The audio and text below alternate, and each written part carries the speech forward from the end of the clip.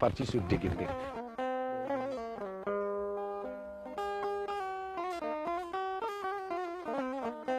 C'est ici, juste derrière moi, qu'El Hadj Omar Foutiyou Tall est vu pour la dernière fois. Nous sommes le vendredi 12 février 1864. Ce vendredi-là, il disparaît mystérieusement dans cette grotte, dans les falaises de Bandiagara et précisément à Deguembéré. Il disparaît après avoir bâti une communauté sur plus de 300 000 km², dont la seule devise est la ilaha illallah, une pratique parfaite de l'islam telle qu'elle est faite aujourd'hui ici, dans cette partie du Mali, en plein pays de Goma.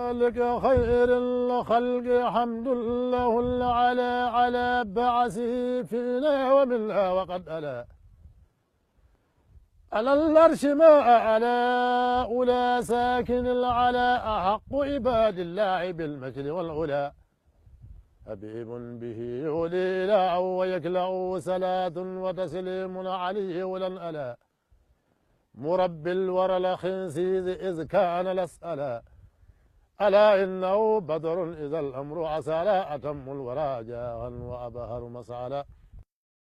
L'armée du Massina était en bas. Il observait l'armée du Massina en bas. Ses adeptes étaient en haut. Mais quand il est venu devant la grotte, il a laissé l'armée d'aller se défendre. Et quand il disparaît, il avait 11 personnes qui ont considéré à sa disparition, dont 3 de ses enfants, Maki, Mahi et Hadi. Et une femme qui montait avec de l'eau pour le village de Deguembéré qui était en haut, qui s'appelle Yendi. Sur ces images, les falaises de Bandiagara.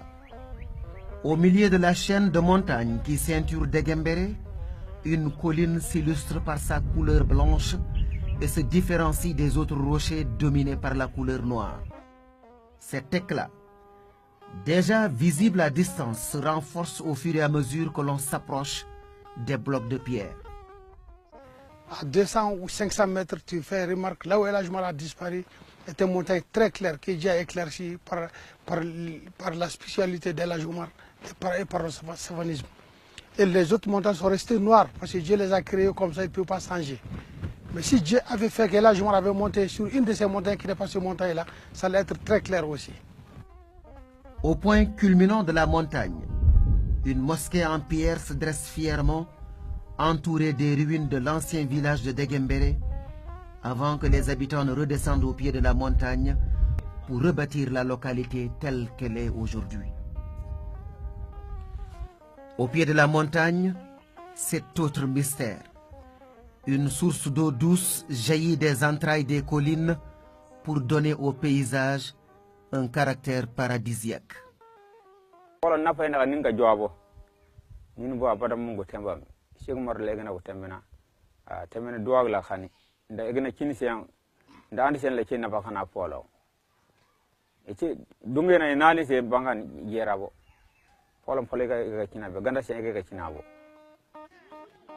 Ici, El Hadj Omar Foutiyou Tall n'est pas vu comme un conquérant, mais comme un sauveur.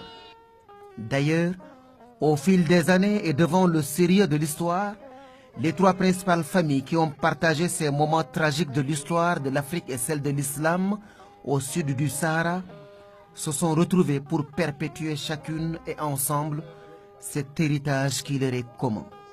En 1977, il y a le président Moussa Traoré qui a tenu une réconciliation entre ces familles. Il a tenu une réconciliation de toutes ces familles-là. Ils sont venus ici à Randalay en 1977, précisément le 21 juin en 1977.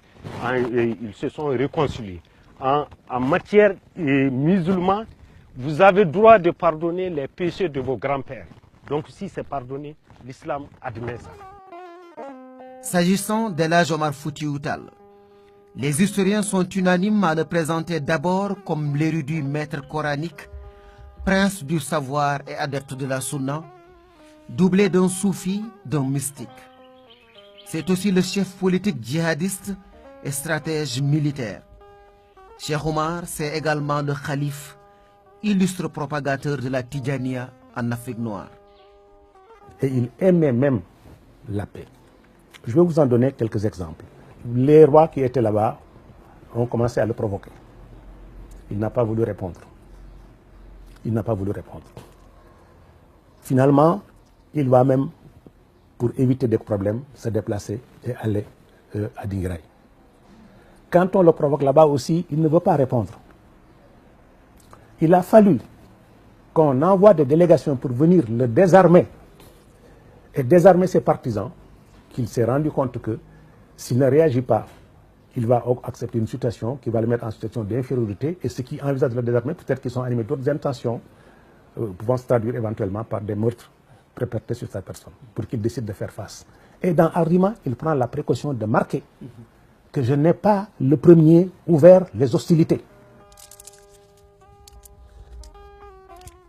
Le flambeau omarien, repris dès les premières heures qui ont suivi sa disparition par son neveu Tidjani Amadou, le flambeau donc va traverser des âges, transcender nombre de clivages pour s'imposer comme un modèle de nationalisme, de résistance et de projet politique jamais égalé en Afrique noire.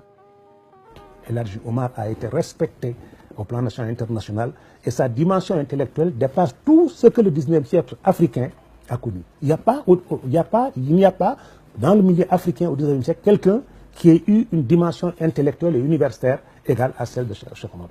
Il a fait, pendant son voyage à la Mecque, 20 ans d'études, d'observation, de notes, n'est-ce pas, d'apprentissage, qui lui ont permis de connaître des civilisations différentes, des régimes politiques différents, des pays différents, des cultures différentes. Il était polyglotte, il parlait plusieurs langues, hein? Il maîtrisait beaucoup de savoirs, il a pris femme dans différentes ethnies. Seulement, l'histoire exceptionnelle à tout égard d'El Hadji Omar Foutiyou Tall sera l'une des plus grandes victimes de l'école de Jules Ferry et de l'historien aux yeux bleus qui, comme l'a si bien dit l'autre, n'a écrit l'histoire de l'Afrique qu'en termes de conquête et de domination. Masha'Allah. إلهي أجد خير